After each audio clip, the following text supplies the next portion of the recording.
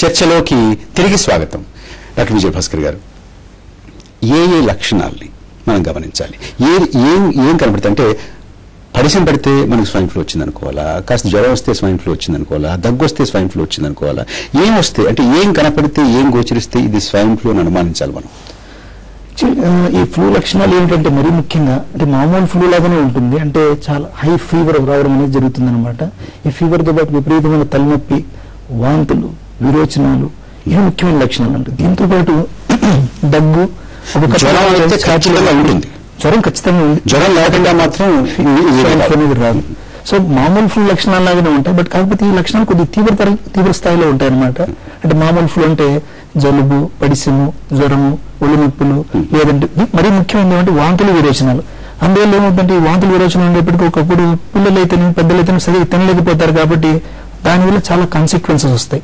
రెండోది ఏమంటే ఇది వైరస్ కాబట్టి ఈ వైరస్ అనేది కొద్దిగా అంటే శరీరంలో ప్రవేశించిన తర్వాత దాని యొక్క ఎఫెక్ట్స్ స్వరపేటిక మీద అయితేనేమి, లేదంటే మరీ ముఖ్యంగా శ్వాస నాళాల మీద అయితేనేమి, ఊపిరితిత్తు మీద అయితేనే ఎక్కువగా ప్రభావితం చేస్తుంది అనమాట. అంటే మరీ ముఖ్యంగా చెప్పుకోవాలంటే ఆ రకంగా మొదలైనటువంటి సమస్య క్రమేపీ ఉంటూ అది నిమోనియా గాను, బ్రాంకో నిమోనియా గాను. ఎందుకంటే వైరస్ అనేది వచ్చినప్పుడు మన నోట్లో ఉన్నటువంటి కండెన్సర్స్ కూడా ఏమంటే కొన్ని బ్యాక్టీరియాలు అవి కూడా అదను చూసుకొని ప్రబలిపోతాయి అనమాట. అందువల్ల ఆ తీవ్ర స్థాయి అనేది పెరిగిపోతుంది అనమాట. అంటే లక్షణాలు సాధారణ లక్షణాలు తీవ్రమైనటువంటి జ్వరం, తీవ్రమైనటువంటి నొప్పులు, వాంతులు, విరేచనాలు, తలనొప్పి. శివనారాయణ గారు, ఇంకేం వేటి కోసం చూడాలి? ఇప్పుడు బేసిక్ గా ఇది వేరే మనం ముఖ్యంగా అవ్వాల్సి అంటే జనం అర్థం చేసుకోవాల్సింది, ఇది మిగిలిన ఫ్లూ లాంటిదే. మిగిలిన ఫ్లూ మనకి ఎట్లా అందరూ మనం ఫ్లూతో బాధపడుతూ ఉంటాం, వైరస్ జ్వరం అంటాం, 3 రోజులు 4 రోజులు తగ్గిపోతూ ఉంటాయి. ఎక్కువ మందికి అలాగే జరుగుద్ది.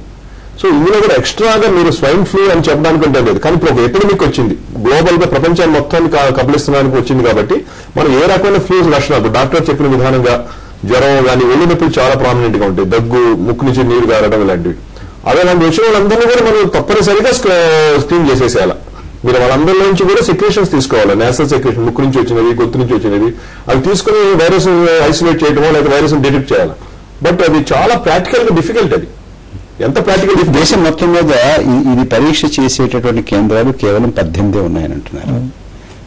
మీరు శాంపిల్స్ ఇస్తారు ఎక్కడికైనా వెళ్ళి. మొన్నటి వరకు అసలు ప్రైవేట్ హాస్పిటల్లో ఇది చేయించుకునేటటువంటి పరిస్థితి లేదు, ప్రభుత్వం అనుమతించలేదు. అన్ని ప్రభుత్వ ఆసుపత్రుల్లోనే కావాలి, ప్రభుత్వం నిర్దేశించినటువంటి కేంద్రాల్లోనే కావాలన్నారు. ఇప్పుడు కాస్తంత దాన్ని కాస్త విస్తృతం చేసినట్టున్నారు. ప్రైవేట్ లో కూడా దీన్ని చెక్ చేయించుకోవచ్చు, పరీక్ష చేయించుకోవచ్చు అని.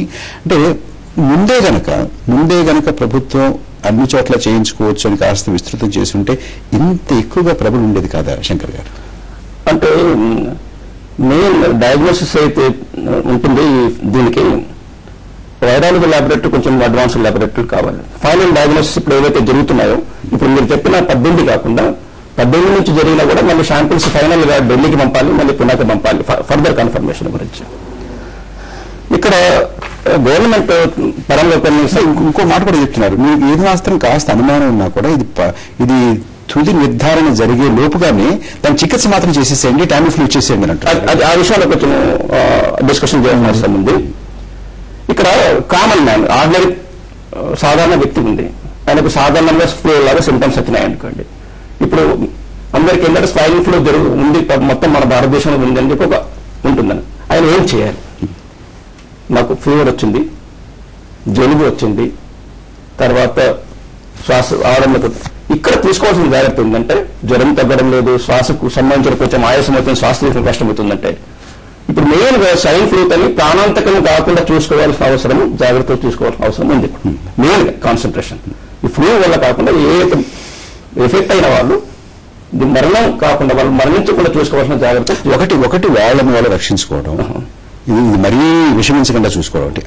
ఇంకోటి అంతకన్నా ముఖ్యమైనటువంటిది, అంతే ముఖ్యమైనటువంటిది బహుశా వారి నుంచి మీ పక్క వాళ్ళకి వెళ్ళకుండా చూసుకోవడం. ఈ రెండింటి మీద కాసేపు మాట్లాడుకుందాం. ఏం చేయాలి? ఇప్పుడు ఎవరైతే ఎఫెక్ట్ అయిన వాళ్ళు ఉంటారో, సపోజ్ బయట కంట్రీ నుంచి వచ్చారనుకోండి, ఎయిర్పోర్ట్ లో వాళ్ళకి సింటమ్స్ లేవనుకోండి, ఇంటికి వచ్చిన తర్వాత కొంచెం ఫీవర్ కానీ జలుబు కానీ వచ్చిన తర్వాత సాధ్యమైనంత వరకు సామాజికంగా మిగతా వాళ్ళకి ఎఫెక్ట్ కాకుండా చూసుకోవాల్సిన బాధ్యత వాళ్ళ మీద ఉంటుంది. వాళ్ళు ఏంటంటే కొంచెం దూరం ఉండడం, కొంచెం ఉండడం మంచిది. తర్వాత ఒకరోజు జ్వరం అనేది ఎక్కువ వచ్చిన తర్వాత నియరెస్ట్ సెంటర్స్, ఇప్పుడు హైదరాబాద్ చెస్ట్ హాస్పిటల్ ఉండేవండి, అక్కడ శాంపిల్ తీసుకుంటున్నారు. ఇప్పుడు అయితే institute of preventive medicine Hyderabad లో స్టార్ట్ చేశారు. Preliminary tests, it is not confirmative tests. అక్కడ వెళ్ళి శాంపుల్స్ ఇవ్వడంలో తప్పలేదు. తర్వాత శాంపుల్స్ ఇచ్చిన తర్వాత ప్రిలిమినరీ టెస్ట్ శాంపుల్స్ అయిన తర్వాత ఒకవేళ కొంచెం సస్పిషన్ ఉంటే యాంటీవైరల్ డ్రగ్స్ అవైలబుల్ ఉంది, వాటిని తీసుకోవచ్చు. యాంటీవైరల్ డ్రగ్స్ ప్రైవేట్ మెడికల్ హాల్లో ఎందుకు పెట్టడం ఒక క్వశ్చన్ వచ్చింది. ప్రైవేట్ మెడికల్ హాల్లో పెడితే కొంచెం మిస్యూజ్ అవుతుందని భయం ఒకటి. ఏం మిస్యూజ్ అవుతుంది? ఎవరంటే వాళ్ళు ఇప్పుడు ప్రయాణం చేసే వాళ్ళు ఇక్కడ ఇండియా నుంచి ఎవరికి వెళ్ళే వాళ్ళు కొంచెం తీసుకొని వేసుకోవచ్చు అన్నట్లు. వేసుకోకూడదు. అదే అన్నట్లు. రెండవది ఏంటంటే దుర్వినియోగం అవుతుందంటున్నారు. ఎక్కడ శివనారాయణ గారు ఎలా దుర్వినియోగం అవుతుంది? ఎక్కడ దుర్వినియోగం రకరకాలు అండి. మన సప్లై కనుక తక్కువ ఉండి డిమాండ్ ఎక్కువ ఉన్నప్పుడు తప్పనిసరిగా బ్లాక్ మార్కెట్కి వెళ్ళిపోతాయి. ఇంకో రకం చేస్తారు. వీటన్నిటికీ నేను చెప్పేది ఏంటంటే అసలు దీనికి బాధ్యత సంఘానికి బాధ్యత తీసుకోవాల్సిన గవర్నమెంట్. వ్యక్తికి ఉన్నటువంటి హెల్త్ నేను కొన్ని కాపాడుకోలేను, కొన్ని కాపాడుకోలేను. చుట్టుపక్కల మురికి ఎంతగా పాడుతున్నప్పుడు అందులో వైరస్ పెరుగుతాయి, బ్యాక్టీరియాలు పెరుగుతాయి, ఇవన్నీ పెరుగుతాయి. ఇప్పుడు ఏదో హడావుడిగా వైరస్ రాగానే నేనేదో ట్యాంఫ్లూ ఇస్తాను, వచ్చి వాళ్ళకి జ్వరం చూస్తానంటున్నాం, ప్రైవేట్ హాస్పిటల్లో వార్డులు పెట్టమంటున్నాం. కానీ గవర్నమెంట్ హాస్పిటల్స్ ఏమైపోయినాయి? గవర్నమెంట్ హాస్పిటల్స్ అన్నీ నిర్వీర్యం అయిపోయినాయి. ఇప్పుడు మీరు ఉన్నది ఇలాంటి ఎపిడమిక్ వచ్చినప్పుడు ఎవరు కాపాడాలి? గవర్నమెంట్ కాపాడాలా? గవర్నమెంట్ కూడా సిబ్బంది ఏది? సిబ్బంది ఉన్న వాళ్ళు 50 నుంచి 60% డాక్టర్స్ ఖాళీగా ఉన్నారు, పోస్టులు ఖాళీగా ఉన్నాయి. రిటైర్ అయిన వాళ్ళని మార్చట్లేదు, నర్సెస్ ఖాళీగా ఉన్నాయి, ఏ పోస్టులు కానీ ఫిల్అప్ చేయట్లేదు. గవర్నమెంట్ హాస్పిటల్స్ అన్నీ నిర్వీర్యం అయిపోయింది. డాక్టర్ విజయభాస్కర్ గారు, ఇది స్వైన్ ఫ్లూయే అని అంటే కొంచెం అర్థవంతంగా ఇది ఫైనల్ గా శాంపిల్స్ తీసుకుని ఇంకో చోట పంపించే ముందు చికిత్స మొదలు పెట్టచ్చు అన్నారు కదా. ఆ చికిత్స మొదలు పెట్టడానికి కావాల్సినటువంటి అవగాహన మన వైద్య సిబ్బందికి ఉందా? చికిత్స మందుల పరంగా అయితే చేయకూడదు అన్నమాట. ఎందుకంటే చేయకూడదు, కరెక్ట్. ఎందుకంటే మీరు పన్నుల లక్షణాలు పంపించి అక్కడి నుంచి నివేదికలు వచ్చేంత వరకు ఏం చేయాలి? మనం రెండు పనులు చేయాలి. ఒకటి వచ్చి ఏమంటే ఆ వ్యక్తికి, ఏ వ్యక్తికి అయితే స్వైన్ ఫ్లూ సోకింది అనేటువంటి వ్యక్తికి కొద్ది గొప్ప ఆయన ఐసోలేట్ చేయడం, అంటే క్వారంటైన్ చేయడం అనేది చేయాలి. ఎందుకంటే రెండవది అటువంటి పేషెంట్ లో కొద్దిగా ఏమన్నా రిస్క్ ఫ్యాక్టర్స్ ఏమైనా ఉన్నాయా లేదా, ఈయనలో కాంప్లికేషన్స్ వచ్చేటువంటి ఆస్కారం ఏమైనా ఉందా లేదా అనే విషయం తెలుసుకోవడానికి అబ్జర్వేషన్ అనేది చాలా ముఖ్యం. దానివల్ల ఏమవుతుందంటే కొద్దిగా గొప్ప మరీ ముఖ్యంగా తన వల్ల ఈ వ్యాధి సోకిన వ్యక్తి సమాజానికి ఈ జబ్బును అందించడం అనమాట.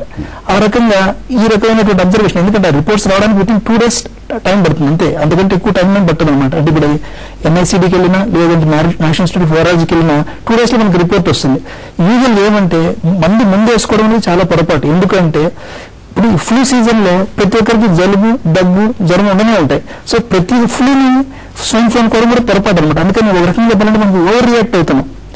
అంటే జబ్బుని ఒక హైప్ లాగా చేసేసి, అంటే ఇది ప్రతి జలుబు, ప్రతి జ్వరం, హై జ్వరము స్వైన్ ఫ్లూ అనుకోవడం పొరపాటు.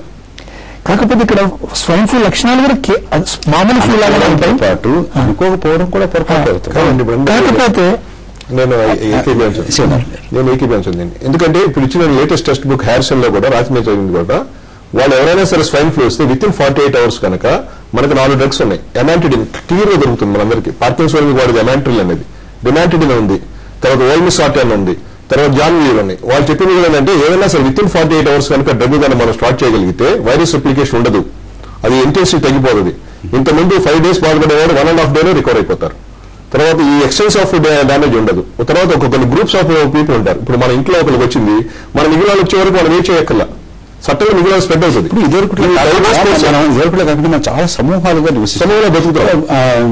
ఫ్లాట్స్, 200 ఫ్లాట్స్, 300 ఫ్లాట్స్, అక్కడ పిల్లలు ఒకరింట్లో వెళ్ళడం రావడం, స్కూళ్ళకి వెళ్ళడం రావడం, బస్సులో వెళ్ళడం రావడం, ఇవన్నీ జరుగుతున్నాయి కదా. మరి ఇది వ్యాప్తి చెందకుండా ఏం చేయాలి అంటే ఒక్కొక్కరు ఏం చేయాలి, ఆ సమూహాల్లో ఉంటున్నటువంటి వాళ్ళు ఏం చేయాలి అనే దాని మీద కొంచెం వివరంగా చర్చిద్దాం. ఆ చర్చలోకి వెళ్లే ముందు మరో చిన్న విరామం తీసుకుందాం.